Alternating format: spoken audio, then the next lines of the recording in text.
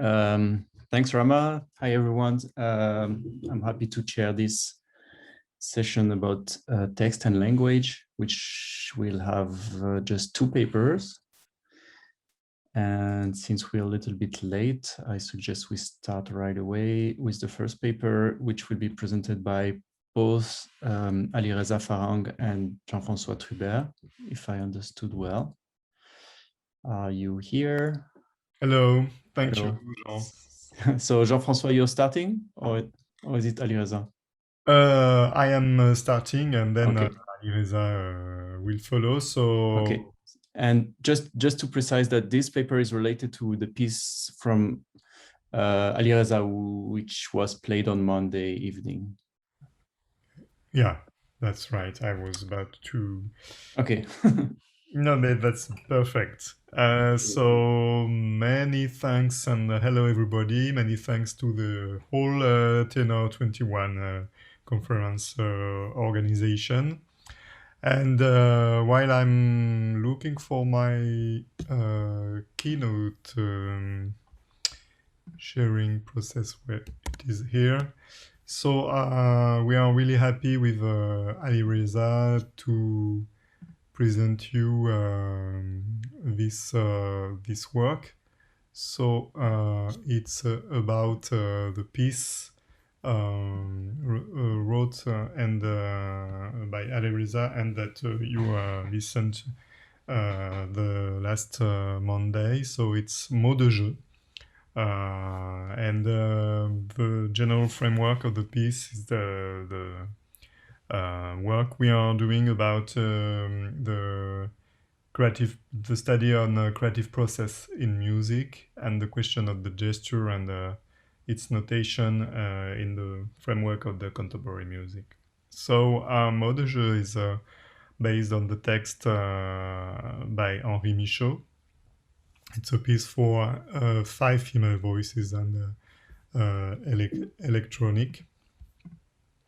And the main question between the piece for Alireza Farhang was how we could modeling prosody. So it's a piece which the musical material integrates syntactic and semantic dimensions of the poetic language, and modeling the semantics and the emotional content of the text is about creating speech gestures through the graphical notation and using typical format synthesis to generate these electronic sounds.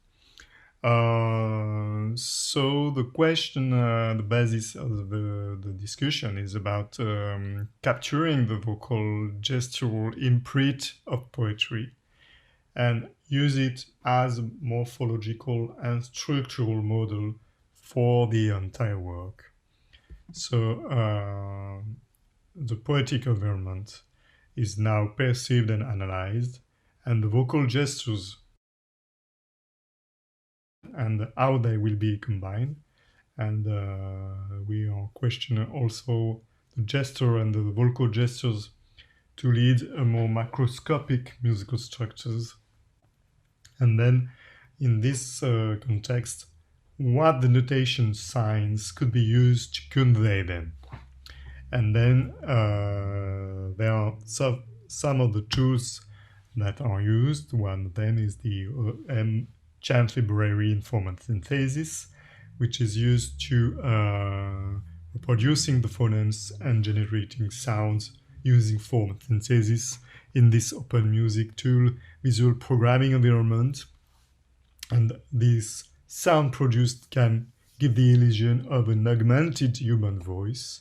And Alireza is looking for an ambiguous quality produced by this format synthesis that echoes the question of the language, and that can echoes also the ambiguous quality of the poem by Henri Michaud. So how does it works? First, we can show some of the sketches from the genetic process made by Alireza Farhang for his work. Is looking for the both imaginary and acoustic prints of the text. That means that it tries to render with a calligraphic movement the strength and the internal movement of the phonetic gestures. And that gives some of a more complex graphic representation, which we can imagine the relationship between the words, some of the phonemes, and then the graphic representation of the acoustic morphological form. And each graphic sign can be used multiple times in different situations and with different parameter settings. And what is really interesting here is that you have several possibilities, several levels of modeling these vocal gestures, each determined by the degree of fidelity with respect to the sound gestures of the speech. So you can have something which is very close to the speech and its inner energy, and something which is more metaphorical in terms of synthesis or in terms of gesture of the whole score, if you want. So on basic level, there is an analysis of the phonetic gestures, which can make the discrete parts between vowels, semi-vowels, and consonants. And then Alireza is analyzing the different morphological procedures that we can hear in each of the phoneme, and can extract the phoneme shapes we can have with the voiced or the breathed or the noisy sounds between the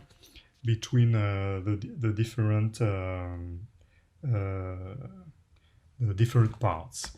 Which is really interesting is that we can have here the good examples with the word étrange, and also the acoustic shape. We can hear that. So if we keep in mind the general model of ADSR morphological shape of the sound, we really understand how we can modeling and structuring the different level. So I don't want to be more specific because we have to keep running because of the time. But in these examples, you can see how the different vocal gestures can be derived one from another, with sometimes the sustain level which is evolving with time. Sometimes it's a release level which can become a noise, and level the vocal gesture can be more and more complex, and then can be electronically used with the sound. So this is the base of my parts, and now I give the talk to Alireza that will keep on presenting the passage from the vocal gesture to the graphic score. Thank you, Jean-François. If you just stop your screen sharing, you can Sure. Share my screen to everybody and sound. Okay, I suppose you are seeing the slides. Good. So, thank you, Jean-François. He explained the poetic aspect of the piece, and here I'm going to just show you some sounds and the way I integrate them into this piece. So just listen. Let's listen to the sound that are generated by phonon synthesis method in order to shape the profile of the gesture in question here.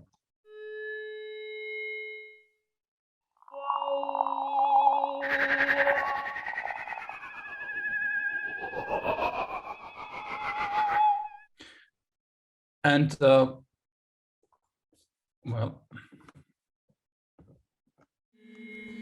the fourth level,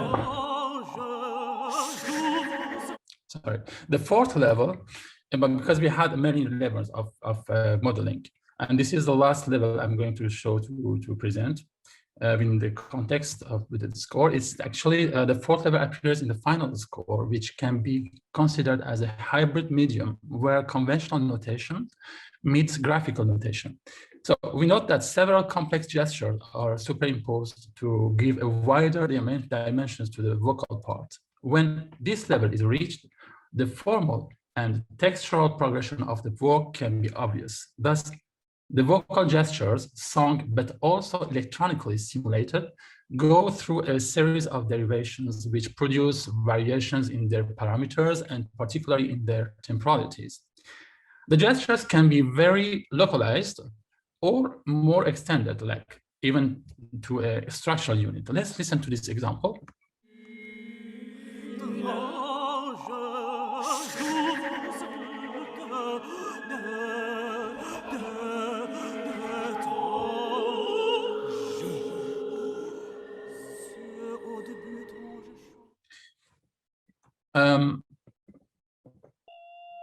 So different type of gestures, I mean, voiced, voiceless, breathed, etc., can be superimposed to create even more complex profiles like vibrato or breathe,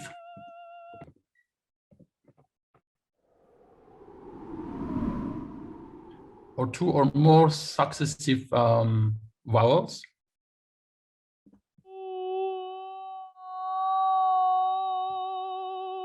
A more complex breathe, or plosives and vowels.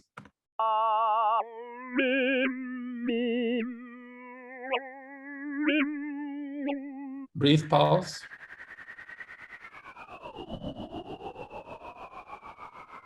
Or granular breathe.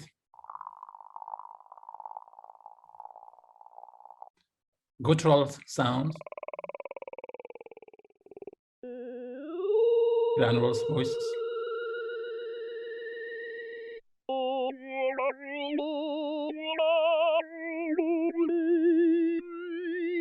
And a long sample.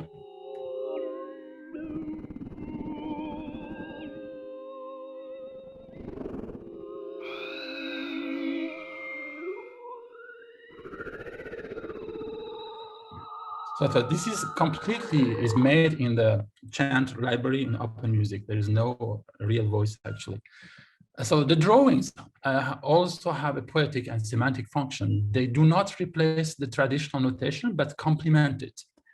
They not only reflect the microstructures, but also macrostructures, which integrates the meaning of the text without using it in its original state. Consider, for example, the introduction of the first section of the piece, composed from the following text. Oh, quelle étrange chose au début, ce courant qui se révèle, cette idée attendue liquide, ce passage portant en soi toujours inquiété. On ne reconnaît plus d'entourage, le durant les parties, on a cessé de se heurter aux choses, on devient capitaine d'un fleuve. In this excerpt, the poet talks about music, time, and the fact that music bends time and resists the flow of time.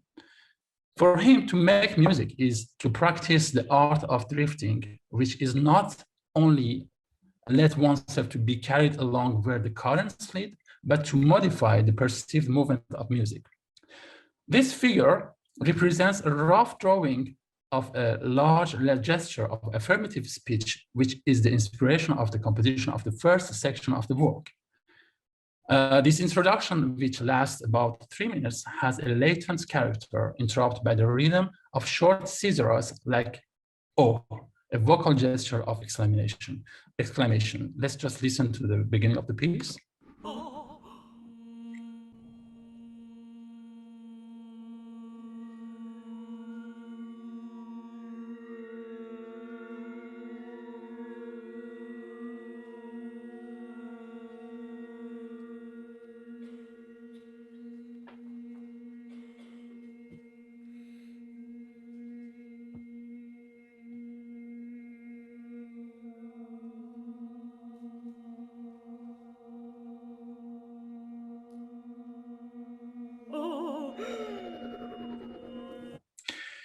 In measure 43 and 44, for example, the fricative or plosive phonemes are combined with the constantly evolving vowels and nasals. Here again, a flow of vocal gestures is generated by the singers' voices combined with the synthesis sound.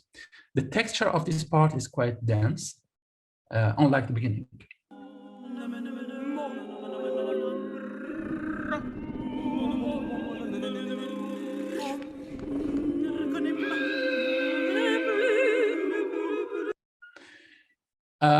And in this example, a complex matter is in which the percussive phonemes of the voice 2 is combined with damped and filtered breath-like noise or pulse strain of the synthesized sounds. Let's listen to it.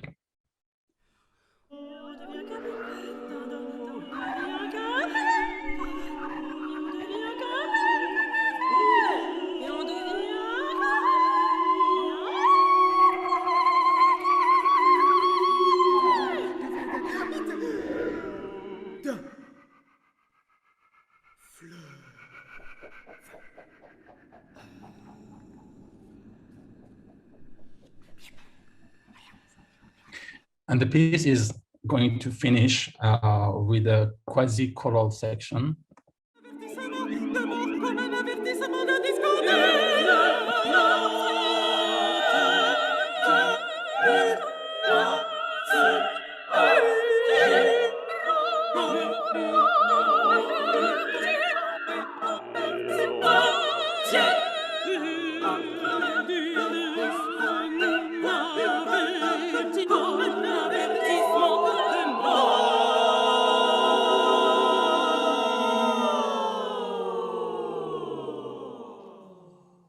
Well, finish. So if you have any questions, you are here. Thanks, Alireza. You're also right on time. That's great as a moderator. And thank you. I think it's really fascinating, and I really like how you make the sound synthesis integrate with the vocal sounds in your piece. I think that's the more thorough and interesting use that I've seen of the HfMT library so far. So I don't know, is there any question in the audience? Raise hands.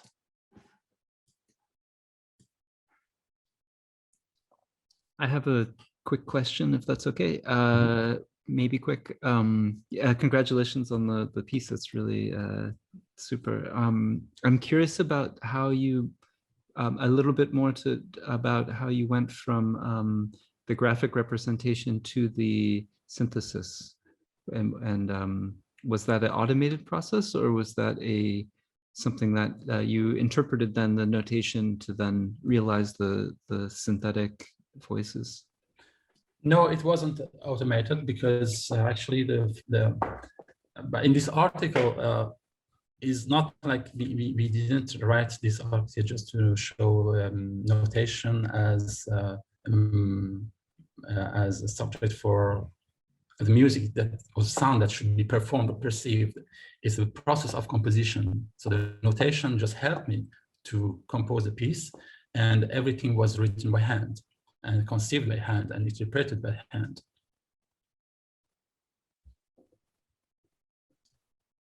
Cool. I have one question and one remark. Sometimes you use in your paper the term phoneme, and I think you mean a phone, maybe, and maybe you could go more into this detail. I know it is sometimes difficult to say, okay, this is a phone and this is a phoneme, but if you use square brackets, I think, okay, he means now phones and not phonemes. And okay, this is the remark. And one question, do you also thought about using concatenative synthesis for your work and not only formant synthesis? In this piece, the only tool that has been used is just only HfMT in open music to generate sounds and to conceive the sounds. nothing else. There is no other synthesis method, or there is no other sounds or treatment. Mm-hmm. But it's only because I thought concatenative synthesis is state of the art at the moment, also for Alexa or tools like that. And yeah, maybe you could get a result which sounds more natural in a way as a other possibility. But in some way, I think the approach can be similar, because actually we segmented all the phonemes or all the sounds of the speech gestures, and we segmented them, and then we use it by hand, of course. So it's a concatenative synthesis, but not by machine, but by human. Yeah. But you can also manipulate these natural sounds, of course. Yeah. We have another question from Jonathan. If you can open your mic. Yes, well, it's just I said Owen Chanpo newbies, just meaning if you could give us a little recap of, I associate it with Stropa, am I right? Or not at all? Or, well, how does it work? What does it do? Well, actually, it's difficult to explain the things in front of Jean Bresson, who is actually one of the authors of the OM chant. Yeah, Markus Stropa and Jean Bresson, they worked a lot on this library. And if it is now at this level, in this stage, it's because it's actually thanks to their effort and the pieces that Markus Stropa also composed with this library. And it's kind of a method of FOF, actually four-month synthesis in OM chant, which is well documented. You can find everything on the internet, and manual of open music, I think, about OM chant. It's just generating the sounds and synthesis method. I hate to interrupt this, but time is running, and maybe we can continue this discussion after the session and during the break. I'm happy to give you some more info, technical side of it, Jonathan, if you want. So thank you again, Alireza and Jean-François. That was very interesting. Thank you, Jean. I propose we jump to the next and last paper of the session, which will be presented by Korbinian Slavik. Yes. About strategic and suggestions for singing in foreign languages. So you already shared your screen, and the mic is yours. Thank you very much. As a singer in different choirs, I came often across the problem to sing in different languages, like Old French or Czech. Learning to pronounce these languages correctly took a lot of time and effort. So I had the idea to make these processes a bit simpler with the help of technical means. The use of the International Phonetic Alphabet, IPA, for singing in foreign languages is a promising approach for a good performance in foreign languages. Transcribing lyrics with this alphabet has a tradition of several decades, but it can be very time-consuming when done manually, especially if you want to store IPA information directly within a score. We investigated in which case the use of IPA is useful and what singers normally do when singing in foreign languages. Based on the results of our questionnaire, we have developed a web app for an automated transcription of lyrics directly in scores. This paper is a collaboration of me and my colleagues Markus Jochim and Verena Klasen from Munich, Germany. First, I will introduce the concept of the International Phonetic Alphabet, short IPA, and the benefits using it for singing.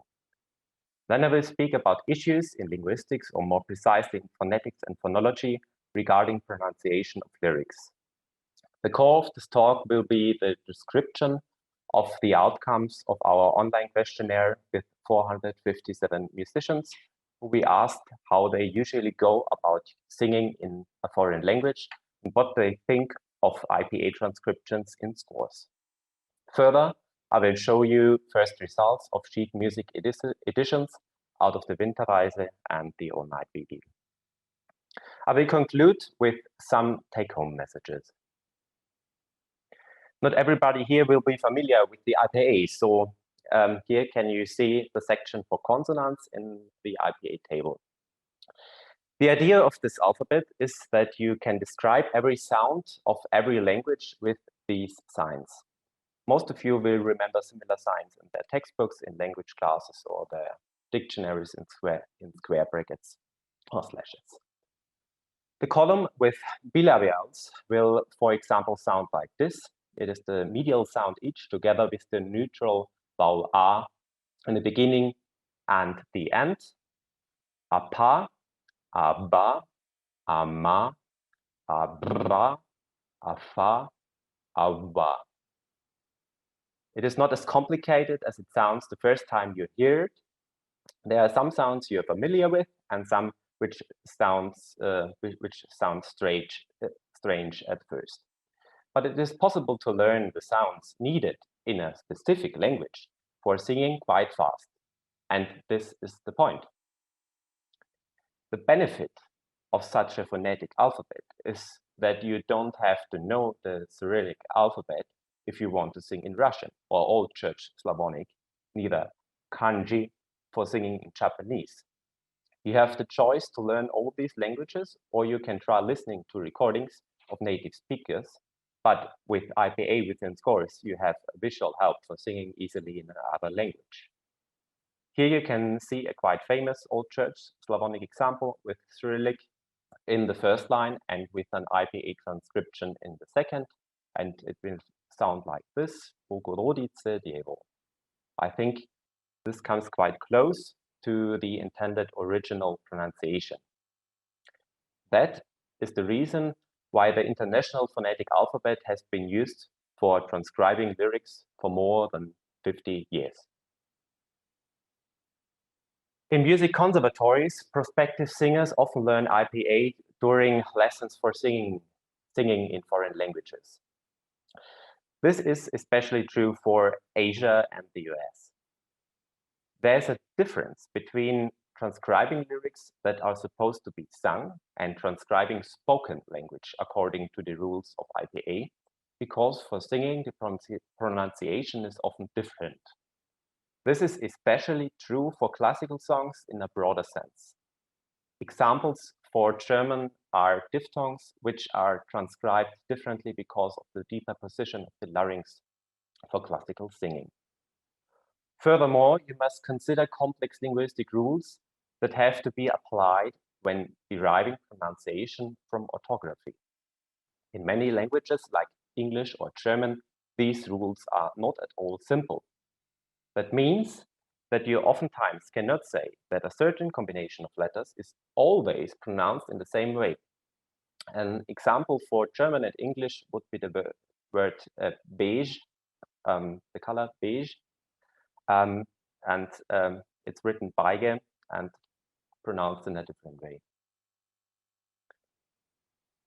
In November 2018, I conducted a questionnaire in German and English. Most questions were multiple choice, and for almost all questions, there was an option possibility for free text input. At the end of the questionnaire, we asked for socio-demographic specifications and self-assessment as a singers. In the first part, we asked general questions for singing in foreign languages. And separated from the other two parts, we asked in the middle what they think of phonetic transcriptions in sheet music. We had 457 participants in 19 different countries, mainly from German-speaking countries. 280 were female and 171 male persons. The participants were between 17 and 83 years old. We collected answers from about 35% singers in the professional area, 32% advanced singers, and about 18% amateurs. Most participants were singers in a choir or soloists, but we also reached some conductors, professional opera singers, and a few composers. So one can speak of a quite representative sample of singers, at least 4 in the German-speaking area. The most popular solution when singing in a foreign language is listening to recordings and taking notes, around 80% each. Also, about 70% of the singers search for advice from people who are familiar with the target language. There were only about 10% of all participants who were not interested or avoided singing in songs in foreign languages. Professional and advanced singers seek advice from language experts more often than laypersons. Here the value is only at about 50%. But only 4.4% of all test persons say that pronunciation is often not so important to them. That means that a correct pronunciation is a central part for almost all singers. When singing, the singers are taking notes in the sheets. They are often not doing so systematically. Only 11% of all laypersons say they make systematic remarks. 24% of all advanced singers and even only 31% of all professionals say that they take notes in sheet music systematically. Most take notes randomly above or below the text, but we encountered also a quite high level of linguistic knowledge of specific languages, because about 20% said that they are always sure but what notes or signs they must make for foreign languages they use. This might be an indication for the fact that singers in general have to be quite flexible for adapting to different languages or language variants. So they also become well-versed in these fields. Then we asked participants what they think about indicating the pronunciation in IPA in sheets and showed them an example. 60% told us that they find it useful to have IPA directly in sheet music, while 31% stated that they do not find it useful for them. And there were also a lot of remarks. Some told us that they only sing in German, English, or languages which are they familiar with. So they do not need further advice, of course. Some conductors were also skeptical when they told us that their choir members can't read sheet music. How should they additionally manage to learn to read IPA? But the acceptance was interestingly the same for professionals, advanced singers, and laypersons. All in all, there were a lot of positive answers. Many people told us that they think it is a good idea, but that they also want to learn the language or want to know what they sing. So the acceptance of musicians is higher if you have a translation of the lyrics, and it is also more accepted if you have the original lyrics and the IPA transcription in one sheet. Then you can compare them and learn the pronunciation of the original language. Most of our 457 participants came from Germany and German-speaking countries. As we asked them what languages they would like to have as transcriptions in sheet music, their answers were a mirror of the circumstances and prominence of particular pieces, and of course the language in their countries. Most said that they want such IPA transcriptions for Russian, French, Czech, Swedish, German, and German dialects, as well as Italian. Russian is on the first place with 113 wishes, which are more than double as many as the next place with French pieces. Geography and short distance could be a reason, but also some pieces of the named languages are quite famous. Examples are Russian or Old Church Slavonic choir pieces by Rachmaninoff or Czech songs by Antonín Dvořák. Also, Nordic choir pieces are becoming more and more famous, also because of the wider choir scene, for example, in Sweden. Because of the positive results of our questionnaire, we developed our web app for an automated transcription in scores. A simplified scheme of how we do this can be seen here. First, search in the score file, in music XML file, and look for the lyrics. Second, perform grapheme to phoneme conversion based on the word information with large dictionaries and decision trees. Third, automatically improve the grapheme to phoneme conversion output using previously created regular expressions and exception lists. Fourth, manually improve the output using our web GUI. And fifth, automatically write the result to the score file. This is an example of Rachmaninoff's Bogorodice in the all-night reading. It was transcribed with the method described above. I did the typesetting here in Lillipond, but the conversion from music XML to a Lillipond file is still quite messy, so we will use other programs for typesetting in the future. The second example is out of the Frühlingstraum, Dream of Spring from Schubert's Winterreise. I have not enough time for a detailed explanation, but if you look at the diphthongs in träumte here, or in Mai here, or the syllabification in träumte, you will see these different transcriptions for singing than for speaking.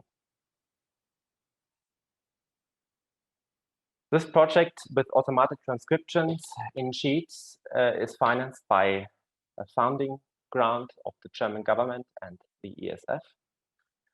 Our goal is to work as a music publisher and together with other music publishers specialized in international vocal music.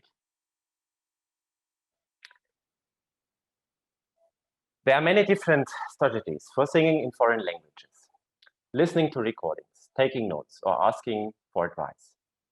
60 to 70% of our participants told us that they find it useful to have IPA directly in sheet music for Russian, French, Czech, Swedish, and many other languages. Some of them remarked that they would find it nice to have additional helps like translations, and that they want to learn the target language.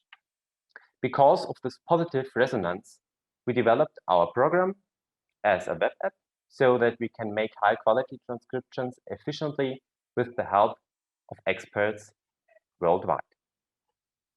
These are my references, and here can you see two examples, two screenshots of the program, of the web app we developed in the last year. Thank you very much.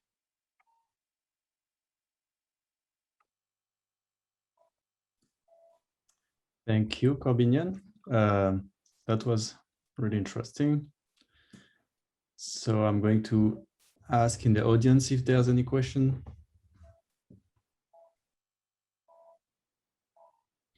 Yes, I see a hand raised by Jonathan again. Yeah, sorry, it's me again.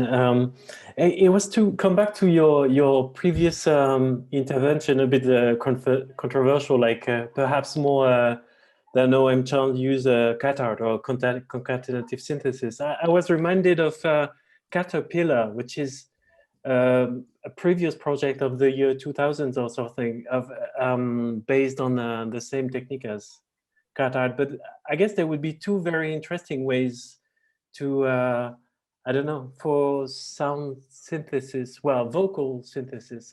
I don't know. It's not really a question. It's really which one would do what, and what do you think? What did you have in mind when you said this?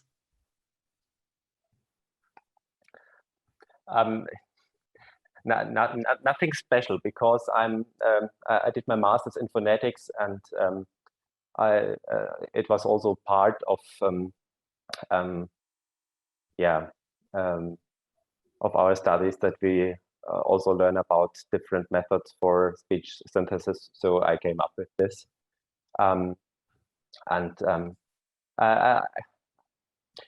didn't think about to combine my approach with speech synthesis so far. Yeah, maybe I thought about it maybe speech synthesis and especially concatenative synthesis could be also a method that people can listen to the lyrics of different of different pieces in different languages, and can also learn these pieces in this way, and maybe also in combination with pitch, concatenative synthesis in combination with pitch. They can also listen to the piece in combination with the lyrics. Yes, but I'm not so deep into this topic at the moment, because there are so many difficulties and things you must consider if you things of phonology, phonetics, and for singers, and also typesetting and so on. And so, but I think this is could be an approach also for me.